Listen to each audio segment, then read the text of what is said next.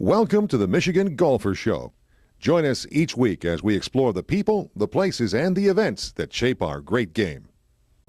Phyllis Barone, Queen on the Green, here for Michigan Golfer News. We are at the inaugural Intrepid Invitational here at Forest Dunes, and we're speaking to different people that are here supporting the event, along with Nancy Lopez, and we happen to run into Nora Tyson. Nora, tell us what you've done to serve our country, your title, and all that good stuff. So thank you, first of all. I served in the United States Navy for a little over 38 years. Oh, wow. Retired as a Vice Admiral, a 3-star, in 2017.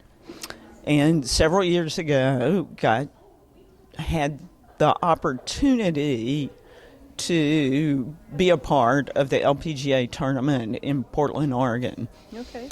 And they had a leadership symposium, and I had met the sponsors, Cambia, and they said, "Would you come be a part of this leadership symposium?" And I, said I would love to. Well, got paired with Nancy Lopez and did a similar panel with Nancy. And then my husband and I were paired with Nancy and her husband over the weekend, and we just got to be great friends. So Nancy serves on the board of Folds of Honor, and when they were putting together the idea for the Intrepid tournament, the Invitational, she called me and she said, "Hey, would you consider being a part of this?" And I said, I would love to. So here we are, and it is just such an honor to be here and be a part of this. And, Folds of Honor is just such an incredible organization.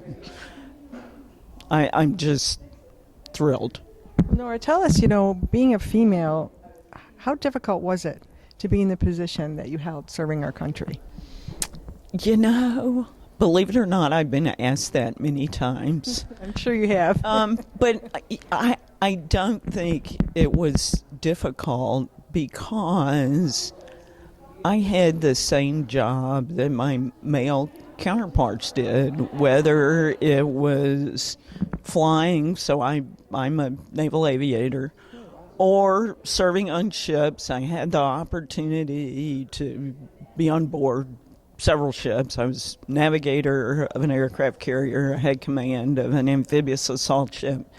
The same jobs that men have. So I had the same training. I had the same experiences. And it's all about professionalism and doing your job to the best of your ability.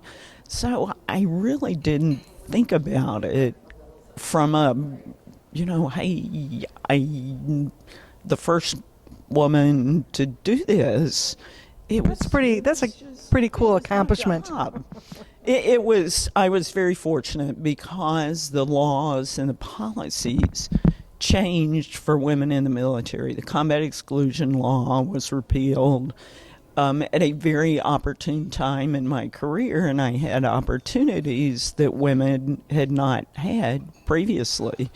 And I'm forever grateful for that because I had some incredible experiences and, meeting people and traveling, and it was just an incredible career. Is there one particular moment that you could share with us? I know you've had a lot of years, but maybe one that stands out that you can tell us about? Well, you're right. There's a lot. But, so I, as I mentioned, I had command of an amphibious assault ship, the USS Baton, and we had been deployed. We went over for Operation Iraqi Freedom 1, Iraqi Freedom 2. We had been very busy for a couple of years, and we went down to Panama to do an exercise. And on the way back home to Norfolk, which was our home port, we happened to be in the Gulf of Mexico as Hurricane Katrina rolled in. Oh, wow. So my boss, the 3-star in Norfolk, called me and he said, "Hey, Nora, could you just kind of hang out and make your way over to New Orleans as Katrina goes through. So we were the first ship on scene after Katrina. Wow. And so we're sitting off of the Delta when the levee broke. So it was a pretty... intense, to say the least. Intense, that's a good word. But it was not what we expected to be doing. Sure. And throughout that tour, because it had been such a dynamic environment, and our tasking changed, and I said to the crew, and we had 1,200 sailors and 1,900 Marines on board, Wow. and I said, if you're not ready and you're not flexible, you're in the wrong business.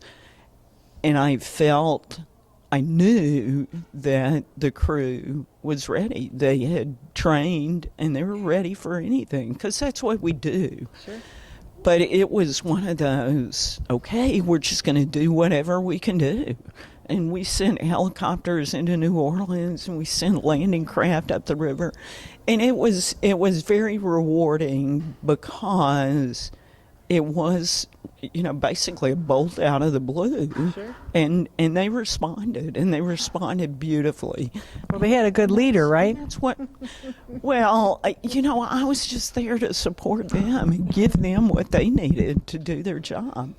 But it was, and that's just one of many, but it was very memorable, very rewarding. Sure. And it's just indicative of what our young men and women in the military do every day. So, Nora, what are your plans from now? I know you're at these events and supporting the Bolds, but what do you do now? So after I retired, we went back to our home in Virginia, Okay. and then we decided we would move to Arizona. So we live in Arizona. We love it out there. We love the desert environment, having spent 38 years around the water. But I'm on a couple of boards, and we travel and do things that we weren't able to do when I was on active duty. My husband spent 24 years in the Navy. Wow.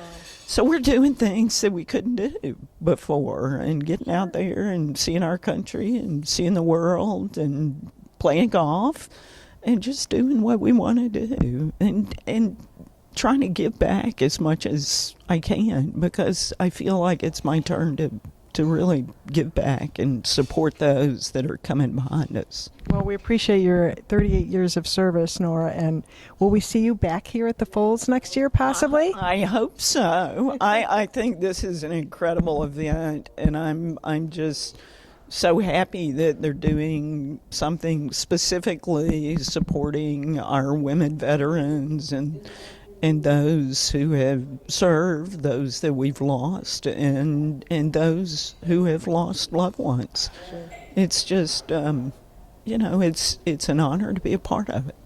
Well, thank you for being with us, Nancy, and I always say life is good when golf is in it. And As Nancy Lopez said, sometimes it's a little bit frustrating, but you gotta love it. So thank you. Thanks for what you do. thank you.